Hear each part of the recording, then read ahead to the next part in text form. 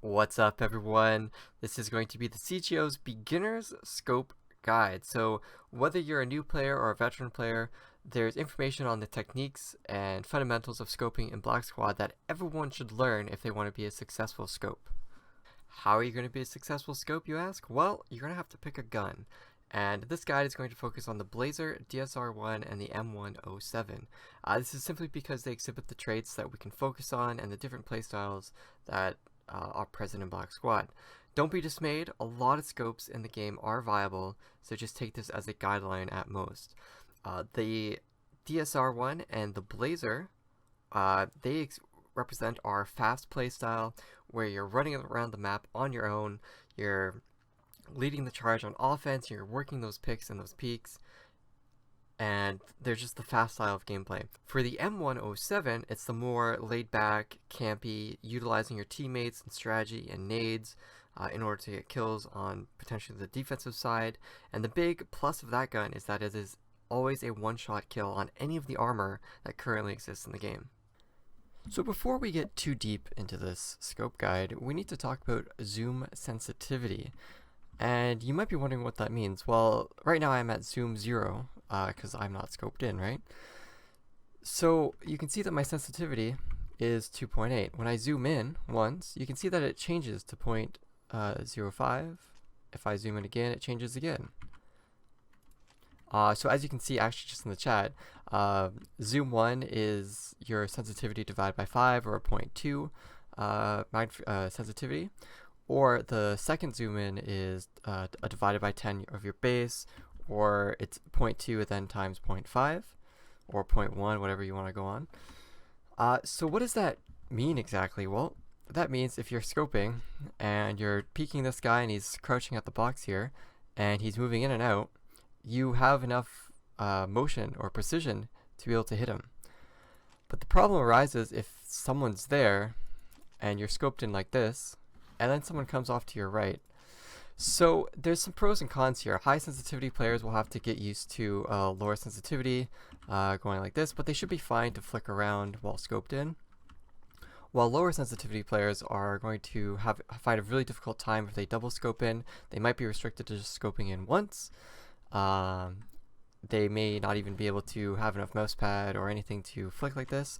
So that is something to be aware of when you're starting to scope in Black Squad. Some other games you're able to change the ratio, you're able to adjust it.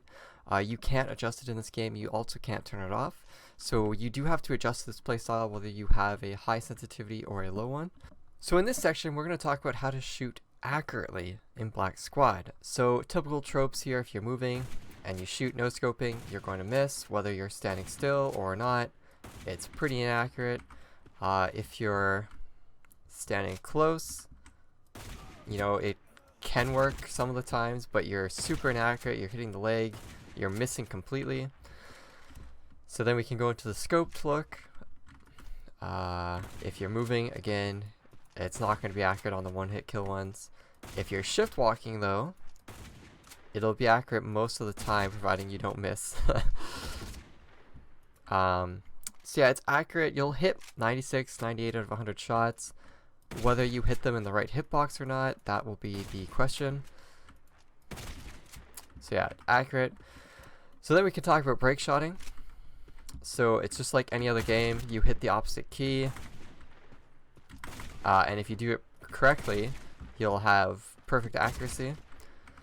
As you can see, I'm apparently terrible at this game. If break shotting is too hard for you, you can press shift at the same time as you hit the other key. Or you can just go out of a shift walk and press the other key, and it works as well. And it's really nice, clean and crisp. It seems to detect when your velocity is 0 or close to 0, and whenever that value is true and you shoot, you will be accurate. Unlike other games like AVA, where you have to remain below a certain velocity for a certain amount of time for your accuracy to recover. Kind of like CSGO too, and it's also kind of crisp like 1.6 kind of was. So yeah, break shotting, shift breaking, whatever you want to call it, works out wonderfully. It will be something you'll use on all of the different scopes. So something you may have noticed when I was shooting earlier was that you don't have to wait for the animation to finish when you scope. So on this scope, for instance, if I wait for the animation, it's kind of slow. But if I don't wait for it, I can shoot as soon as I hit right click. And you can do this with break shotting or anything else. As soon as you right click, you can be accurate as long as your movement is accurate as well. And that's pretty much how you shoot accurately in Black Squad. Hopefully you these techniques seem familiar. Some of them are nice and crisp. Other ones are really interesting with the not waiting for the animation to finish. And yeah, that's it for this part. Alright, so if you've played any other type of FPS shooter, you should know that there are hitboxes on characters, and where you hit will deal different damage. So as a scope, you need to take care in where you're aiming. Headshot, always a headshot. As far as we know, there's no way to tank it on any armor or any scope that's stronger than the Blazer or DSR. We have the upper chest, which on the tier 3 armor also kills in one hit. But however, if we go to the lower chest, we get some different results. We can tag or we can kill. Sorry, going to reload here for the next part. However, if you shoot the thigh, you can also one hit, or you can tank. Though that wasn't a tank. Yeah, but see, there you can tank. Because of the damage variance, it'll either be a tank or a kill. Slightly irritating. And then as for the feet, I believe it is a straight 0.5 reduction in damage. That guy was already lit.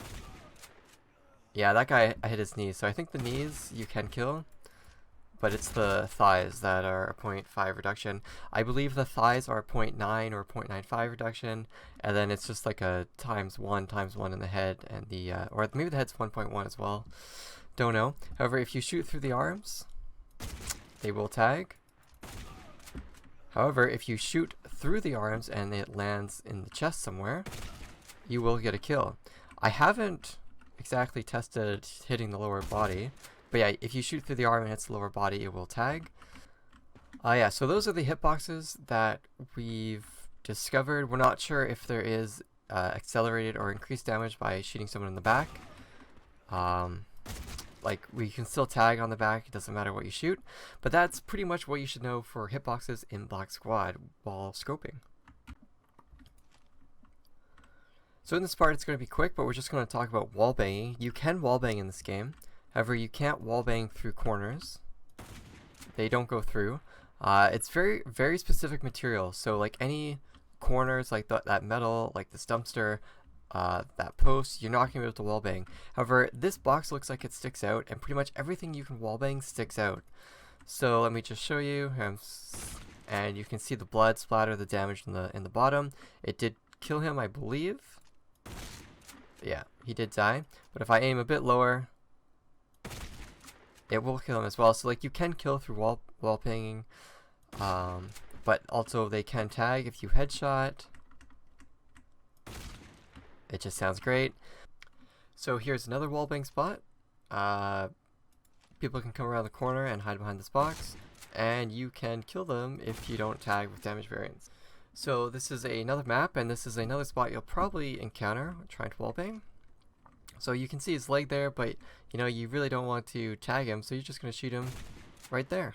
So this is a bomb site, and a lot of the enemies, they come and they start to plant here. You can just shoot them and take them out if you don't tag. Alright, so in the first part of this guide, I spoke about what guns you could use, and I spoke about the M107. Here I want to show you why the M107 will always be viable regardless of whatever other guns come out. So these guys have the tier 3 armor. People use it in pubs. It tags a lot with the other scopes. So let me just show you why this gun is always going to be useful.